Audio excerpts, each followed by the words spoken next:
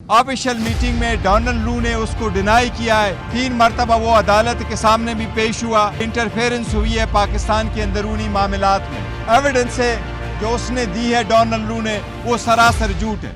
आज खान साहब के साथ मुख्तलिफ उमूर पर बहस हुई है, लेकिन सबसे पहले और अहम डोनाल्ड लू की इंटरव्यू है।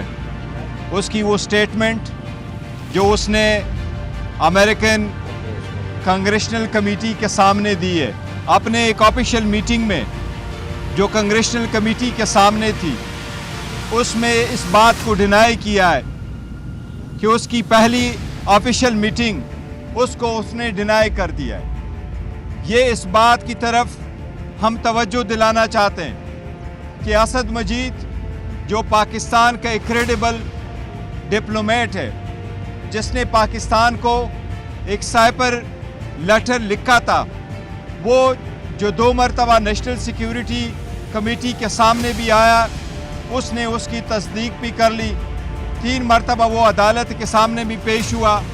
3 मरतबा भी उसने यहाँ भी अदालत के सामने उसको एडमिट कर लिया।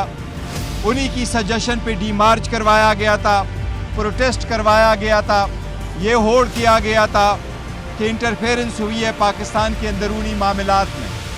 कल जबकि पहली ऑफिशियल मीटिंग में डोनाल्ड लू ने उसको डिनाई किया है, लिहाजा हम मुतालबा करते हैं कि असद मजीद इसके सिलसिले में फ़ौरन अपनी स्टेटमेंट दे दे और दोबारा तजदीद कर ले कि क्या डोनाल्ड लू की कल की स्टेटमेंट झूठ और गलत नहीं है।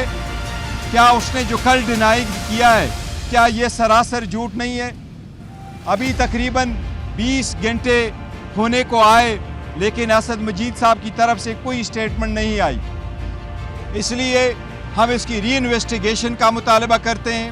खान साहब ने पुरजोर ये मुतालबा किया है और हम असद मजीद को कॉल ऑन करते हैं कि आप इस स्टेटमेंट के बाद अपनी स्टेटमेंट ज़रूर दे दें और इस बात की तायीद करो और इसकी तरदीद करो कि उसने जो कहा है कि कोई ऐसी मीटिंग नहीं हुई है, उसको डिनाई करें, क्योंकि ये जो एविडेंस है जो उसने दी है डोनाल्ड लू ने, वो सरासर झूठ है। ये पाकिस्तान के ख़िलाफ़ एक साजिश ज़रूर हुई है और उसके आने के एक दिन बाद नो कॉन्फिडेंस मोशन मूव हो गया था। इसकी सारी कंटेंट्स अवेलेबल है। कल की एविडेंस ये बिल्कुल सरासर झूठ है और हम मुतालबा करते हैं कि असद मजीद साहब एक मरतबा फिर अपनी स्टेटमेंट रिकॉर्ड करवाएं। अच्छा, ये कल जो डोनाल्ड लू ने जो वहाँ पे मुख्तलिफ सवालों के जवाब दिए, उसमें तो उसने कहा कि ये जो बयानिया बनाया गया कि जो साजिश की गई ये गलत है। उन्होंने ये तो नहीं कहा कि मुलाकात नहीं हुई या मुलाकात हुई। नहीं, देखें, दो चीज़ें असद मजीद की स्टेटमेंट में हैं। उन्होंने कहा मेरी मीटिंग हुई है और ये उसके कंटेंट से जो मुझे भेजे गए। वो डोनाल्ड लू कहता है कि कोई ऐसा नहीं हुआ। उसने ये नहीं कहा है कि यस ये मेरे कंटेंट्स थे, लेकिन उसका ये मकसद नहीं है। इसलिए उसने जो इसको डिनाई किया है, तो लाजिम है कि असद मजीद उसको दोबारा कहे कि असद मजीद और डोनाल्ड लू के दरमियान जो मीटिंग हुई है उसके कंटेंट्स क्या थे और उनके साथ कंटेंट थे उसको डिनाई किया है, मुलाकात का जिक्र भी नहीं किया। लिहाजा वो सब कुछ डिनाई कर रहा है। हम इसलिए कह रहे हैं कि अगर ऐसा है तो असद मजीद एक बार फिर इसकी वजाहत करे, क्योंकि यही 2 बंदे मौजूद थे जो उस वक्त थे। सेकंड, साथ ही साथ अगर आप इलेक्शन के बारे में देखें तो उसने इलेक्शन के बारे में भी कहा है कि अमेरिका ने कभी फ्री एंड फेयर, ये 2 लफ्ज़ उसने बोले। फ्री एंड फेयर का लफ्ज़ कभी अमेरिका ने इस इलेक्शन के बारे में नहीं इस्तेमाल किया।